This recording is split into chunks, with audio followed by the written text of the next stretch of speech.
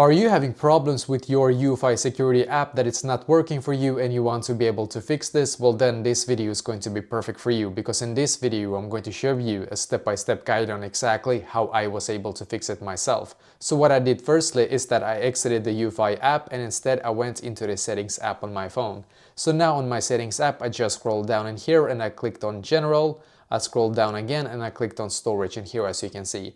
And now what I did on this page is that I swiped up, I clicked on search here, I searched for Eufy and I clicked on the Eufy app, and then I clicked on upload app. And then down below here you can see upload app here, so just click on it.